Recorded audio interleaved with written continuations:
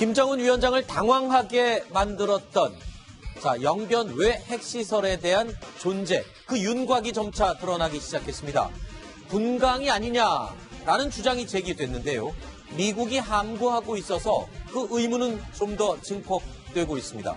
그런데 미국은 어떻게 이 베일에 쌓여있던 영변 외 핵시설을 알아낸 것일까요? 무려 1조 원이 넘는 위성, 스파이 위성, 키홀이 있었기 때문에 가능했습니다. 자, 김정은 위원장을 사색하게 만든 트럼프의 한방, 트럼프 대통령의 이 한방, 영변 외 핵시설 카드를 내밀었던 건요, 리용호 외무상이 새벽에 기습 기자회견을 할 정도로 아주 심각한 사안이었습니다. I think they were surprised that we knew, but we had to do more than just the one level, because if we did the one level and we gave up all of that leverage, it's been taking a long time to build. 회담 과정에 미국 측은 영변지구 핵시설 폐기 조치 외에 한 가지를 더 해야 한다고 끝까지 주장했으며 이런 기회마저 다시 보기 힘들 수도 있습니다. 하노이 회담 결렬 이후에 미국이 밝혔습니다. 키홀이라는 정찰 위성 한 대에 1조 원이 넘는 이 정찰 위성을 통해서 북한 내부를 샅샅이 다 뒤져봤다는 겁니다. 그래서 결국 찾아낸 것이 여기였습니다. 자, 이현종 의원님. 네. 영변 핵시설 단지 바로 인근에 있는 분강 지역, 이 분강 지역을 언급했는데 네. 이거 어떤 의미인가요? 지금 일단 오늘 한 언론에서 사실 이제 트럼프 대통령이 지적한 지역이 바로 이제 분강이라는 곳이다라고 이제 보도를 했었는데. 네, 한 언론이 그렇게 보도를 했죠. 조금 전 국회 정보위에서 국정원에서 보고를 했습니다. 국정원 보고에 따르면 분강이라는 지역은 영변 핵시설이 있는 그 지역 전체를 분강이라는 지역이라고 부른다고 합니다. 아하. 즉 영변 핵시설이 분강이라는 지역 안에 있다는 뜻이죠. 그렇기 때문에 어떤 분강이라는 것이 특정한 어떤 핵시설이 있는 지역인지 아니면 영변 핵시설의 연장선상에 있는 것인지 아직은 좀 분명하지 않습니다. 그리고 또 분강이라는 지역 자체가 이번에 처음 나온 건 아닙니다. 1997년도에 당시에 탈북자인 최주활 씨하고 또 고영한 박사님이 이제 미국의 의회 청문회에서 이 분강 지역에 핵시설이 있다라고 그때 이미 증언한 바가 있습니다. 그렇기 때문에 어떤 새로 나온 지역이 아니라 그동안 아마 미국 당국이 계속적으로 관찰해오던 지역이 아닌가. 그렇기 때문에 아마 이 지역이 미국이 지적했던 그 지역이라는 것은 조금 아직까지는 확정적인 사실은 아닌 것 같습니다. 그렇군요. 자, 그렇다면 이 분강이라는 곳, 과연 어떤 곳일까요? 국방부가 이 분강이 영변 외 추가 핵시설이 아니라 영변 내의 일부 지역을 지칭한 지명일 뿐이다 라면서 의혹을 일축했습니다. 우리 군은 한미 공조하에 북한의 주요 지역 동향들에 대해서 면밀히 추적 감시하고 있습니다.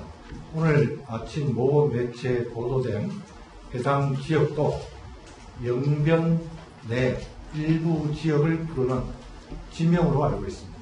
자세한 내용은 대북 정보사항으로 확인해 드릴 수 없음을 이해 바랍니다.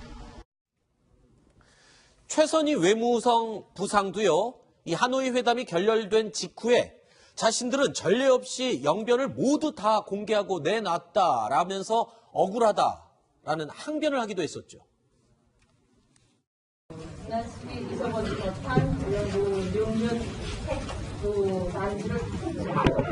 폐기할 때 대한 그런 제안을 내놨음에도 불구하고 이런 교대 결의, 이 부분적인 결의까지 해제하기 어렵다는 이러한 미국 측의 반응을 하면서 우리 국무위원장께서 이 앞으로 이런 범위 고려에 대해서 좀 의욕을 잃지 않으시지 않았는가 이런 그런 느낌을 제가 받았습니다. 최선희 외무성 부상은 굉장히 억울하다는 듯이 영변 핵시설 다 내놨다라고 얘기를 분명히 했습니다. 근데 오늘 이 매체 보도를 보면은 분강 지역이 과연 추가 핵시설을 얘기하는 것인지 미국이 지칭한 바로 영변 외 핵시설인지 이 부분에 대해서는 약간 명확치 않은 부분이 있는 것 같아요. 명확치 않습니다만은 미국은 뭐라 그랬냐면 트럼프 대통령도 그랬어요.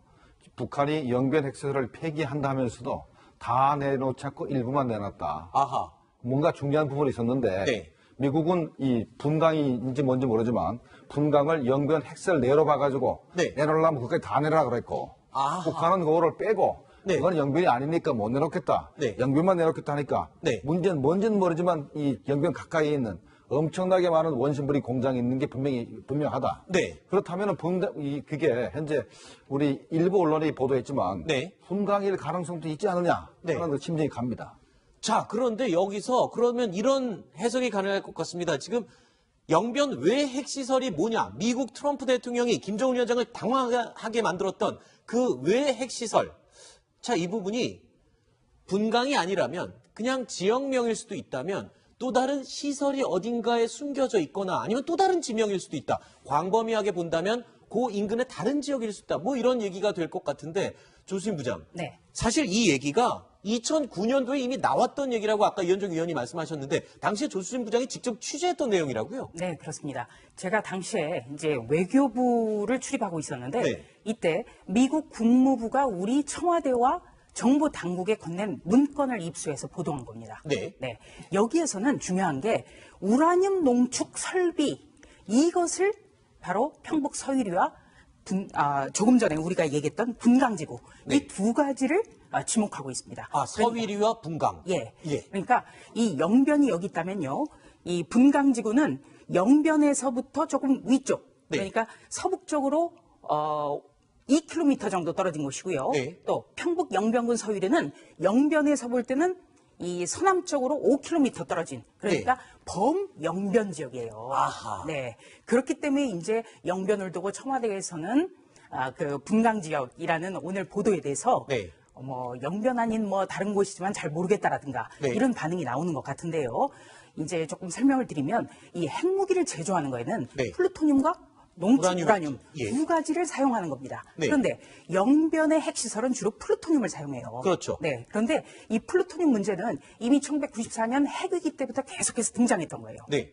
그리고 바로 2010년에 해커 박사가 북한에 갔을 때 북한이 고농축 우라늄에 관해서 시설을 보여주면서 네. 우리는 이것도 가지고 있다고 설명을 합니다. 네. 그때부터 북핵의 해법이 고농축 우라늄 시설을 찾는데 굉장히 주력을 하게 되는 거예요. 그렇기 때문에 지금 그 영변 외의 고농축 우라늄 시설 네. 이것이 어디냐?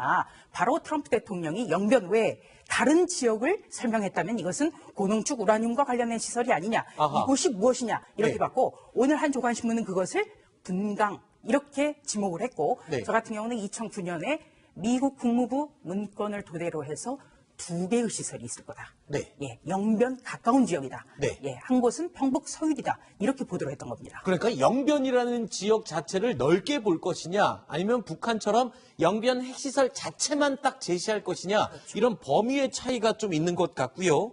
이렇게 논란이 있음에도 불구하고 미국은 그 영변 핵시설 외 추가 핵시설이 뭔지에 대해서 함구를 하고 있습니다. 더 논란이 지금 증폭이 되고 있는데 일단은 지역을 말하는 것일지 아니면 그 영변 핵시설 주변에 숨겨놓은 뭔가 은폐된 설비나 설치일지 아직은 그거는 정할 수가 없는 상황인 거죠. 아직은 특정할 수는 없지만 네. 폼페이오 장관이 그때 그 기자회견할 때 뭐라고 했냐면 인치 단위의 사진을 제시를 했다라고 얘기를 했거든요. 인치 그렇죠. 단위. 인치 단위라고 그만큼 하면은 자세한 해상도가 네. 2.5cm란 말 아닙니까? 네. 굉장히 해상도가 높은 사진을 제시를 했다. 그랬더니 이제 깜짝 놀랐다는 거 아니겠습니까? 그러면 이제 어떤 인치 단위를 냈냐? 즉 핵 원료를 생산하는 뭔가 어떤 사진을 찍었겠죠. 그러면 우리가 여기서 한 가지 반드시 짚고 넘어야 될 게 북한이 도대체 고농축 우라늄 핵폭탄을 1년에 몇 개 정도 생산할 수 있느냐. 네. 일단 해커 박사가 그 영변 핵시설에서 2,000개의 원심 분리기를 보고 그리고 돌아와서 기자회견을 하면서 한 2배 정도 이것보다 내가 본 것보다 2배 정도 있는 거로 판단한다라고 했으니까 영변에 4,000개. 그리고 지난번에 강선에 12,000개 정도의 우라늄 원심 분리기가 있다라고 미 정보 당국에서 밝혔거든요. 네. 그리고 이번에 오늘 보도에 따르면 10,000개 정도의 원심 분리기가 그 분강지구에 있다. 그러면 그것만 다 합해도 26,000개입니다. 네. 그러면 P2 원심 분리기의 능력을 봤을 때 1,000개가 1년에 18kg을 생산할 수 있어요. 네. 그러면 이 26,000개를 다 하면 1년에 480kg. 네. 16kg 가지고 우라늄탄 하나를 생산할 수 있으니까 1년에 29발을 만들 수 있는 거예요. 아하. 이것만 가지고도. 네. 그러니까 이거는 어마어마한 양이죠. 그런데 여기에서 더 황당하고 충격적인 소식이 들려오고 있습니다. 이현정 의원님. 네. 이번에 결렬됐던 베트남 하노이 회담이 열리는 기간 중에도 북한은 영변에서 핵 농축 시설을 가동하고 있었다라는 사실을 IAEA가 또 공개를 했어요. 그렇습니다. 이 핵과 관련된 어떤 권위 있는 국제적인 기구가 바로 IAEA죠. 그렇죠. IAEA 같은 경우는 예전에 북한에다가 직접 사찰도 하고 했지 않습니까? 맞습니다. 물론 NPT 탈퇴에 쫓겨났지만, 근데 이 사무총장이 밝힌 바에 따르면 지금 현재 우라늄 농축 시설을 가동하고 있다라는 이야기를 하고 있어요. 네. 근데 그 반대로 오늘 우리 또 국정원에서는 지금 가동하고 있지 않다, 작년부터 이렇게 또 이야기를 하고 있습니다. 네. 그러면 우리 국정원은 가동하고 있지 않다라고 이야기를 하고 IAEA는 가동하고 있다 하고, 핵과 관련돼서 세계적인 권위가 있는 IAEA 사무총장이 저 이야기를 했을 때는 네. 뭔가 근거가 있어 이야기한 거 아니겠습니까? 그렇죠. 그렇다면 우리 국정원은 무슨 정보를 근거로 해서 가동이 안 되고 있다고 하는 것인지 그건 모르겠습니다만은, 어쨌거나 이 시설 자체가 지난번 하노이 회담 때도 계속적으로 가동되고 있다는 사실은 보면 여러 가지 증거로서 확인될 수가 있는 것 같아요. 네. 그렇다면 사실상 지금 김정은 위원장이 이야기했던 완전한 비핵화, 과연 이게 진실일까? 네. 사실일까? 아마 예를 들어서 지난번 회담 때 만약 본인이 뜻이 있었다면 네. 좋다, 그럼 우리 그 시설에 대해서도 우리 한번 검증해보자. 그렇죠. 라고 했지 않겠습니까? 네. 그럼에도 불구하고 협상을 깨버렸거든요. 네. 그렇다고 한다면 뭔가 뒤에 구린 게 있지 않겠는가라는 그런 의심을 할 수밖에 없는 상황입니다. 네. 네. 이 조금 전에 제가 이 핵폭탄을 만드는 데는 하나는 플루토늄이고 하나는 우라늄이라고 농축 말씀드렸지 우라늄. 않습니까? 네. 그런데 이 우라늄을 통해서, 그러니까 농축을 통해서, 우라늄 농축을 통해서 한 폭탄, 이 시설이 더 문제가 되는 건요. 그렇죠. 플루토늄 같은 경우에는 큰 시설이 필요합니다. 네. 그리고 증기가 나요. 네. 그렇기 때문에 얼마든지 포착이 가능한 겁니다. 그런데 우라늄 농축 시설은요, 지하에 만들어서 연기도 나지 않고 냄새도 잘 안 나요. 네. 그렇기 때문에 굉장히 파악하는 게 어렵죠. 네. 그래서 트럼프 대통령이 이번에 우리가 every inch라는 표현을 썼거든요. 구석구석을 다 들여다보고 있다. 네. 그렇게 얘기를 하니까 김정은이 깜짝 놀랐다. 그 얘기는 1조 원짜리 위성 토대로 해가지고 지하에 있는 고농축 우라늄 농축 시설까지도 들여다보고 있다라는 얘기를 했다. 그렇죠. 이렇게 풀이가 되는 거죠. 자, 최근까지 국제원자력기구인 이 IAEA가 북한 핵에 대해서 이렇게 공식적인 입장을 내거나 한 적이 최근엔 없었습니다. 그런데 하노이 회담 이후에 IAEA가 회담 중에도 북한은 농축시설을 가동하고 있었다라고 밝힌 것으로 봐서 앞으로 북한 핵 문제를 논할 때 국제원자력기구도 목소리를 낼 것으로 예측을 해볼 수 있을 것 같습니다.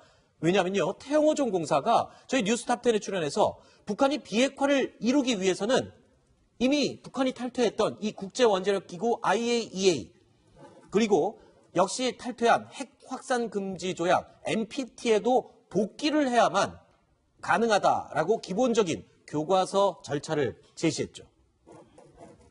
핵 포기가 불가능한 체제입니다. 첫 번째, 북한이 모든 핵무기와 핵 계획 포기 선언. 두 번째, 북한이 NPT와 IAEA 복귀. 이게 첫 번째 걸음입니다.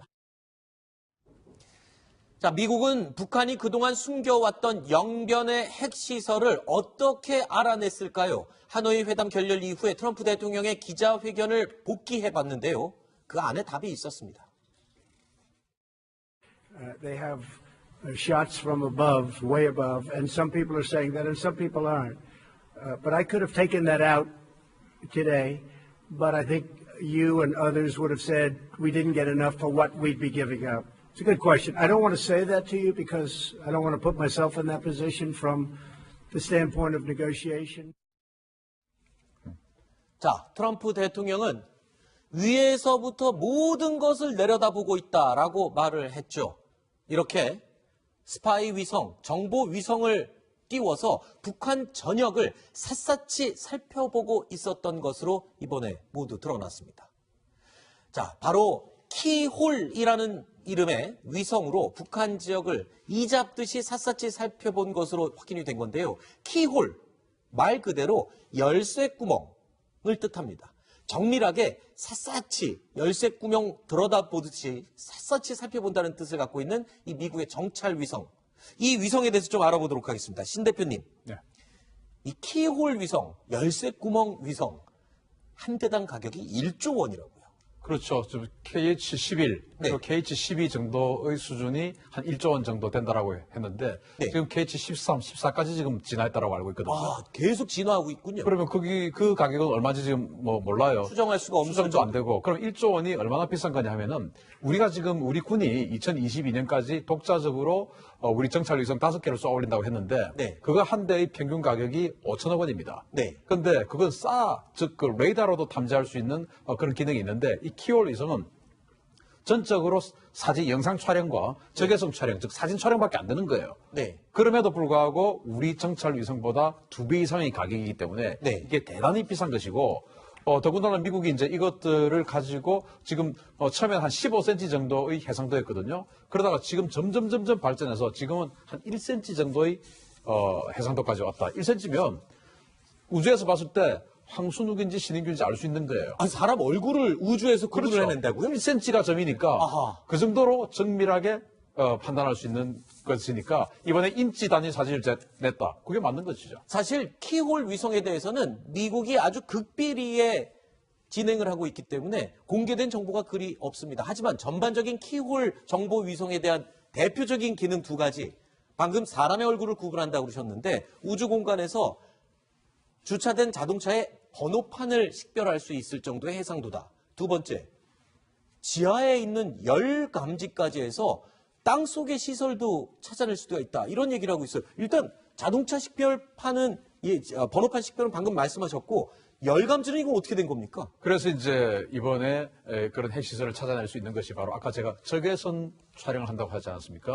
적외선이라는 게 바로 열을 가지고 찍어내는 것이죠. 그러니까 영변 핵시설 또는 그 분광지구 이런 쪽으로 많은 전기가 공급이 되어서 그 내부에서 뭔가를 열심히 돌리고 하면은 그 P2라는 원심 분리기를 열심히 돌리면 여기서 열이 발생하지 않습니까? 그것들을 판별해내는 것이죠. 분명히 여기에는 어떤 생산 공장이 없는데 계속적으로 열이 지금 발생을 한다. 그리고 전기가 엄청나게 많은 전기가 공급되고 있다. 예를 들어서 발전소에서 분광지 어떤 모 공장까지 가는데 그 송전탑이 있지 않겠습니까?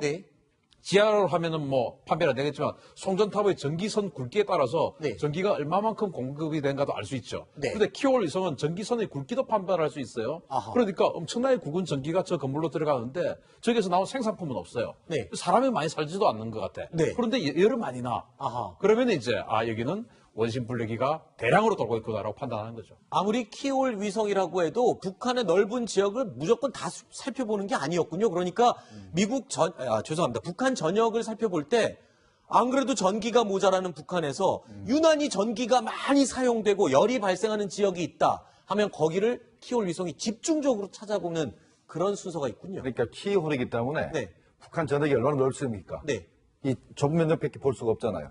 좌표를 미리 입력을 해야 됩니다. 그러니까 의심스러운 좌표를 먼저 입력을 해놓으면은 찍다 보면 더 의심스러우면 더 자세히 보고 계속 들여다보다가 그 가치가 없으면 이제 다른 데를 보게 되는 거죠. 그래서 키홀 위성이거든요. 이게 이제 현재 사실은 조금 더 미국의 능력이 좀 과장된 것 같고 제가 볼 때는 10cm 정도 한 게 아니겠나 생각합니다. 그래요? 10cm. 아마 1cm 좀 안 될 거로 저는 보고. 요즘도 계속 진화하고 있다니까요. 키홀이 지금 15호까지 나왔다니까요. 그러니까 진화는 합니다만은 조금 더 과장된 것 같고. 그다음에 이제 그 위성이 만능이냐? 만능이 아닙니다.